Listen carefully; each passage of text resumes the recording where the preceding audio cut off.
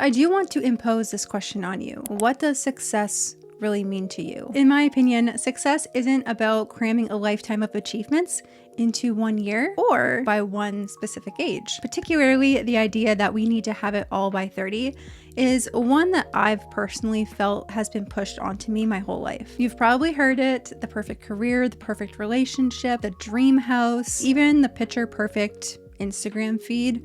Honestly, I don't really care about that anymore, but I used to. Something that I've been asking myself this past year specifically is that really the measure of success? If you have all those things, the perfect home, the perfect relationship, the perfect career, does that really make you a successful human? In my opinion, it's not. It's not an accurate representation of what success is. And don't get me wrong, setting goals is great. Setting goals to better yourself is a great way to be successful. But if we are measuring our success and our worth in this checklist that we've created for ourselves, then that's a little bit of a bigger issue. This video is for people who feel like whenever they set goals for themselves for the new year or intentions that they fail to reach, they feel like absolute garbage. They feel like they're not successful. So if that sounds like you, or you just want to listen to me yap about something probably nobody else cares about but me, then I'm glad you're here, and I hope that we can figure out what success means together. Today, we are going to redefine success and uncover why society's timeline might actually be holding you back. The unspoken timeline that society hands us is very problematic. Graduate by 22, land a dream job by 25, get married by 28,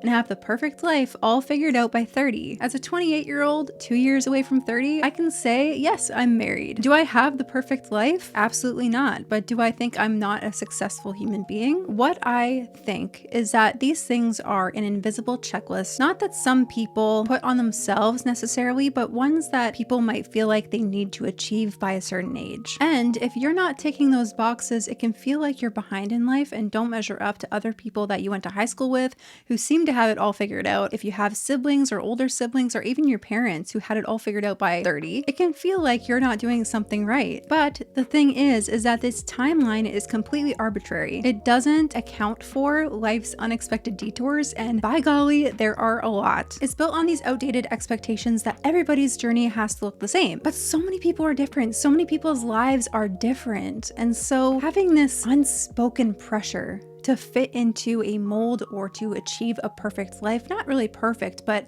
have all those things checked off by a certain age or by a certain year. It's just so unrealistic. And yet so many of us measure our worth by how closely we stick to it. Social media makes this even harder. And I know I talk about social media a lot on this channel. It's a commentary channel for the most part. It's kind of heading in that direction. But as someone who is a part of the social media world and puts their life on social media, not really their life, but basically creates content to put on social media, it's so easy to compare your real and messy life to other people's curated Instagram feeds or reels or TikToks or whatever they're doing. And not even content creators, but even friends. Like, you see them buying a house, you see them announcing their pregnancy, you see them announcing engagements and their wedding photos. And before I was married, I wanted so badly to be married. I was watching other people's wedding videos. Anytime someone got engaged that I knew, I would be filled with so much jealousy because I was like, I'm 25, 26. I'm not engaged yet. I've been married for 3 years. I don't really feel that jealousy anymore. Even with people who are announcing pregnancies, I know that's not in the cards for me yet.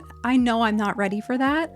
And so I don't feel jealousy when people do that. But the thing is, most people don't showcase the messy or the real or their struggles, which is totally fine. People need to have a level of privacy in their lives, but this also creates that illusion that other people live a very, very perfect life. And it can make you feel like your life is a piece of garbage. But that timeline we talked about, the unspoken timeline that you need to have everything figured out by 30, this does not lead to fulfillment. Humans are naturally inclined to constantly want more. You can achieve one thing on the list or achieve everything on the list, but there is always the craving for more. And this timeline, trying to achieve everything, can lead to burnout and a lot of pressure. And what I've found is that it forces you to make decisions based on fear of falling behind instead of focusing on what's truly important to you. There are 3 reasons why society's timeline just simply doesn't work. The first one being it ignores individual seasons of life. Everyone's life unfolds differently. Maybe your 20s are about exploring your passions, while somebody else's 20s might be about raising a family. Neither is wrong, it's just different. I know some of you might not believe in God, but I do, so I am going to speak about my faith on here. So if that bothers you, I'm not sorry. I am not sorry. But what I believe is that God's plan for your life is unique. It's not going to look like anybody else's because it was uniquely designed for you. The second problem, it overlooks growth. Rushing to meet arbitrary deadlines often skips the most important part, which is growth. The lessons you learn along the way, the strengths you build through challenges, and the relationships you nurture as you navigate this life are things that cannot be rushed. Success is not about reaching a milestone. It's about becoming the person that you were created to be, whether you believe in God or whether you don't. Success is by becoming the person that you were created to be. Number 3, it's rooted in comparison, not purpose. Guys, the problem with this timeline is that you are constantly comparing yourselves to people who have achieved the things on the list before you. Maybe the things on those lists are not your purpose in life, are not the things that you were put on this earth to achieve. So let's say someone else's life looks like this, and then your life looks like something completely different. Solo traveling, exploring the world, doing something else with your life instead of raising a family and buying a home. That does not mean that you are not a successful human being. When you are constantly looking to somebody else or a stupid list to define success, you lose sight of your own calling and what brings you joy. I know this might be maybe a stupid video to make, but it is something I'm passionate about. So I do appreciate you listening thus far, and I do hope that you will continue to listen. And I hope that no matter what, you get something out of this video today. Even if this topic wasn't initially for you, I do pray that you get something out of it. As someone who lives with their in-laws and can sometimes feel like an unsuccessful loser, I do feel like this was an important video to make. So if this impacts you in any way, please leave a comment. Let me know what impacted you the most, and I would love to just hear your story. Now that we've discussed why society's timeline just simply doesn't work,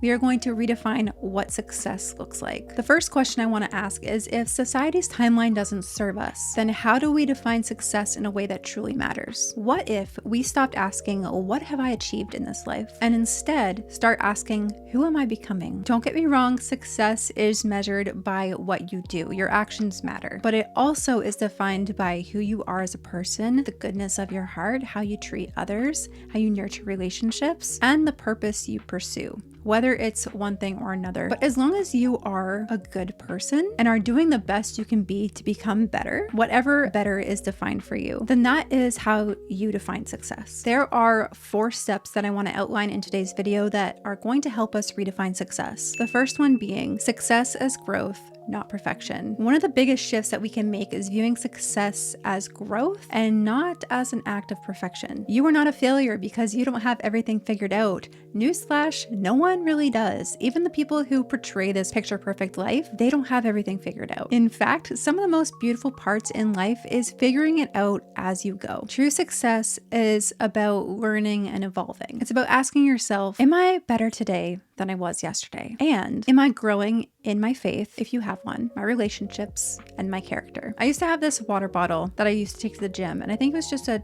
more affordable one from HomeSense or Winners or something like that. And it used to say, progress, not perfection. And I feel like that's a beautiful reminder that perfection is not the goal, but progress is. Every small step that you make to go forward counts as success. Point number 2, aligning success with your values. To redefine success, you need to be clear about what your values are. What truly matters to you? Is it your faith and relationship with God? Is it spending quality time with loved ones? Is it using your gifts and talents to serve others? There are so many questions that could be asked. When your definition of success is rooted in your values, it is no longer about chasing society's expectations. Instead, it becomes about building a life that reflects what's truly important to you. For example, if you value relationships, success to you might be prioritizing family dinners and getting together with your family once a week. If you value creativity, it might look like carving out more time to spend on pursuing your creative projects, even if it doesn't lead to fame and fortune. Point number 3, success is redefined by finding joy in the present moment. Another key part of redefining success is realizing that it's not something you achieve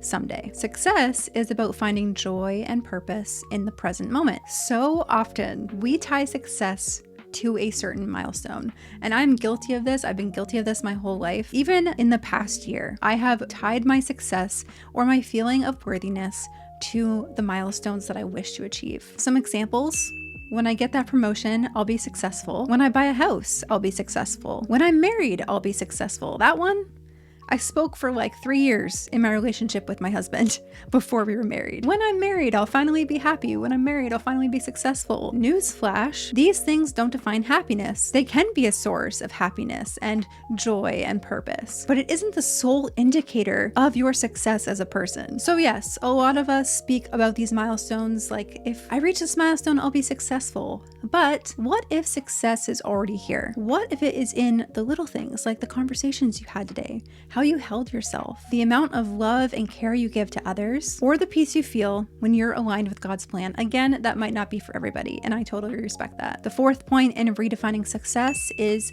serving others as a measure of success. In a culture that often celebrates self-centered goals, we should redefine success about how we are serving others. What I have found is that true fulfillment comes not from what we get, but by how much we give. And I'm not talking about monetarily. I'm talking about how much we give of our time, our love, our attention. There are 3 questions that I would like us to reflect on in this section today.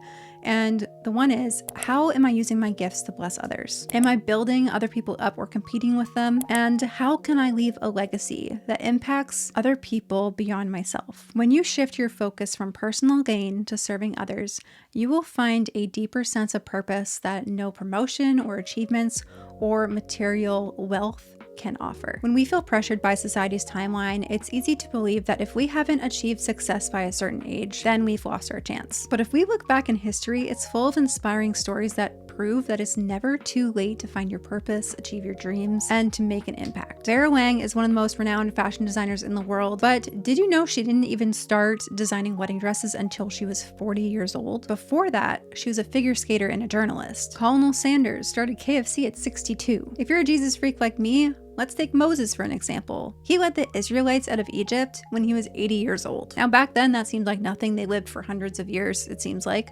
But that's still old. Like, imagine an 80-year-old man today leading a group of people out of slavery. Julia Child, she published her first cookbook at 50 years old. She didn't even learn how to cook until she was 30. And then she published her first cookbook, Mastering the Art of French Cooking, at 50 years old and became a culinary icon. I believe there's also a movie about her. And the purpose for me including these stories is that these late bloomers show us it's not about how quickly you achieve something. It's about persevering, trusting the process, continuing to try, and stepping into your calling when the time is right. And that differs for every single person. Their stories also point out 2 very important truths that we can't ignore. Number 1, you're never too old to start something new. Number 2, every stage of life holds potential for growth, contribution, and impact. Reflect on your own life. What dreams have you put on the back burner because you think it's too late? Well, one of the things that I really want to learn but have been putting off because I think, oh, I'm too old, like there's no point now. I want to learn how to figure skate because I think it's a beautiful sport. I loved watching figure skating growing up, and Ice Princess, you know that movie with the figure skater where she learned to figure skate? I always see these videos on TikTok of these figure skaters going to public rinks and twirling around and looking beautiful, and that's something I would love to learn. Do I know how to skate just on its own?